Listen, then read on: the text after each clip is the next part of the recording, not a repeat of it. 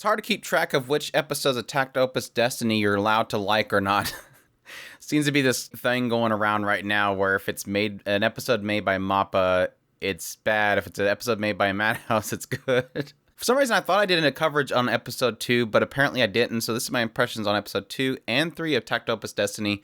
So let's jump right into it. Yeah, in episode 2, we get a little bit of backstory into Takt and Cassette as we find out how Cassette got to the point of being this girl named Destiny.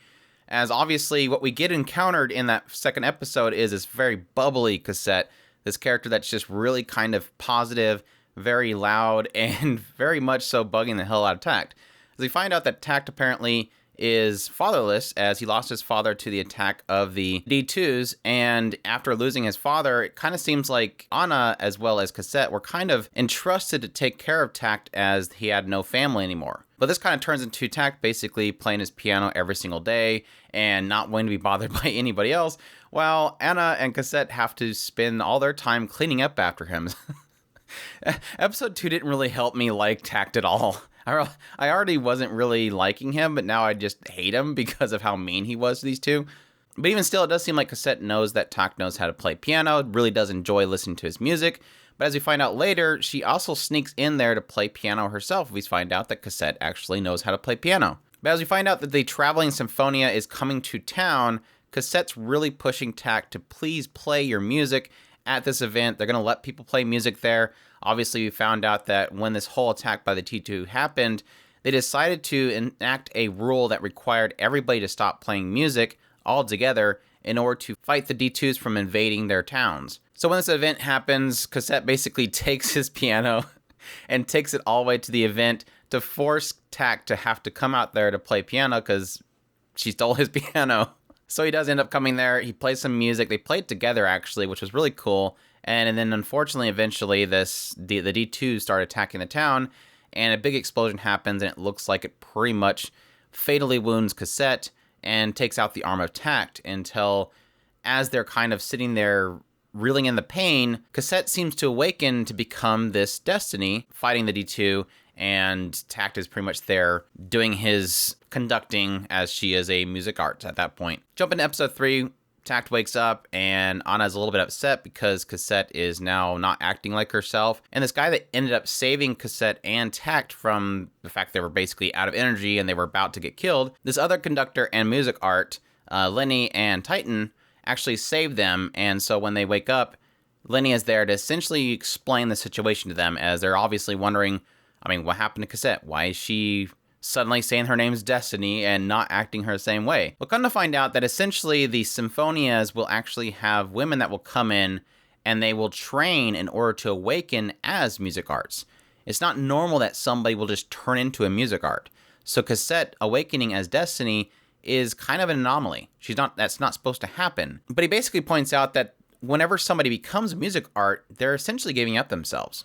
They are no longer themselves. They lose everything about themselves and they become a music art.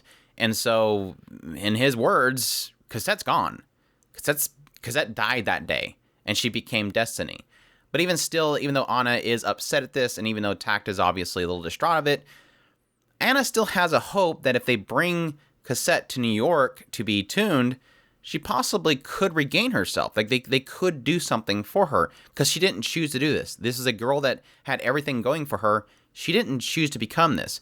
But it does seem like Lenny believes that Cassette probably chose to become a music art in order to protect Takt, which obviously seemed like that was the case when they first got attacked. The other problem that they're running into as they notice that there was a nearby D2 and Cassette just runs off, and then Takt is faced with him basically being plagued by this red mark whenever she's using too much of his power, that it's possible that Cassette, being not tuned properly, not normal, it seems like she's essentially consuming him. His life force is being consumed by her power. And her not being a normal awaken, even though Cassette's supposed to be gone at this point, her as a music art probably won't last long because she's so abnormal, she's using so much energy, and she wasn't properly awakened. So all this is really pushing them to have to go to New York to the Symphonia in order to get her tuned and possibly check her out. Oh yeah, and then Cassette blows up the entire house, so there's nothing left for him to come back to.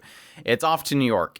And that's when they basically start their journey. And Lenny's kind of right there with them as he's going to go part way with them and kind of keep an eye on them to make sure that when they get attacked by D2s, they know how to properly handle it starting out. So yeah, that's pretty much it so far. Like I said, episode 2 was both equally great, but difficult to get through at the same time because, like I said, Takt is really annoying. And to get this kind of perspective of Takt as being basically a leech off of these two girls was kind of annoying. I mean, yeah, beautiful piano player thing, but it's like, gosh, I wanted to punch this guy so badly. But it did have a little sweet ending to it. Like, I really did like the scene of the two of them playing piano. It was beautifully put together. The music itself was fantastic. And just tragic how it kind of all ends, because it's like this brief moment where we see, man, these two are actually cute together. Even though he is a jerk, these two are cute together. But it seems like, that's one of those things where I'm sure eventually later on in the series they'll probably have something where they'll pull Cassette back into her. But as it stands now, it kind of sucks that it ended with her death, essentially. Additionally, Lenny and Titan are awesome. I thought that Titan was way awesome. She's basically like, she reminds me of like Gunslinger Girl, that kind of thing. Girl running around with a shotgun. Really, really cool. I hope that we get more of her, more scenes with her just kicking butt. Really feel for Anna at this point, just not only what they went through with essentially what led up to them taking care of Takt.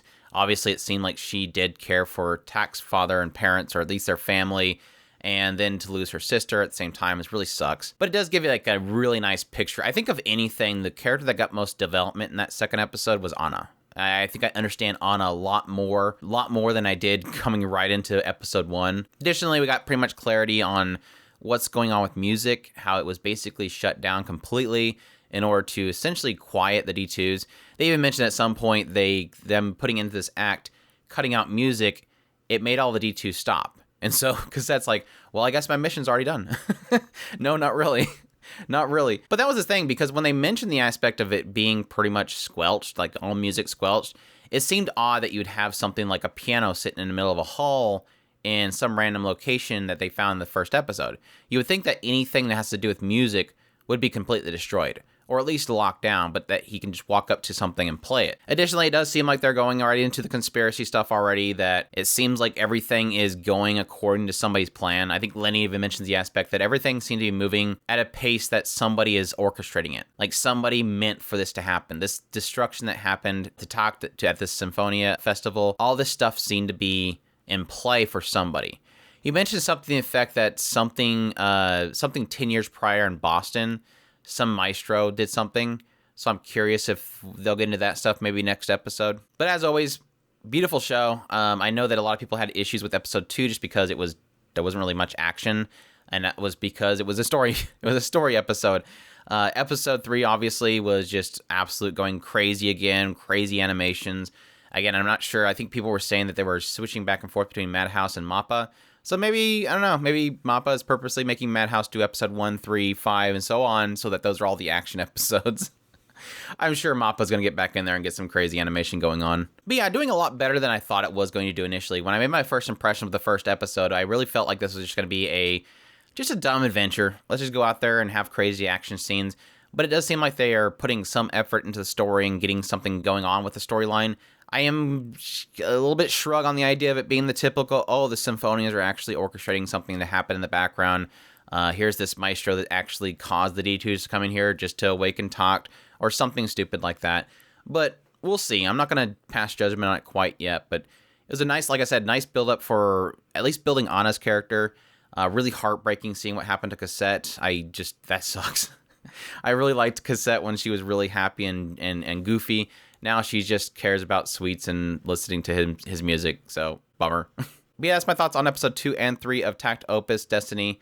Definitely a good build-up so far. Looking forward to more. If you like this video, leave a like down below. Comment, let me know what you thought of the 2 episodes. Subscribe if you haven't already. Share this video if you can. Support us on Patreon if you can. We definitely appreciate everybody that does. There's a tip button in the description if you want to support us directly. And y'all take care.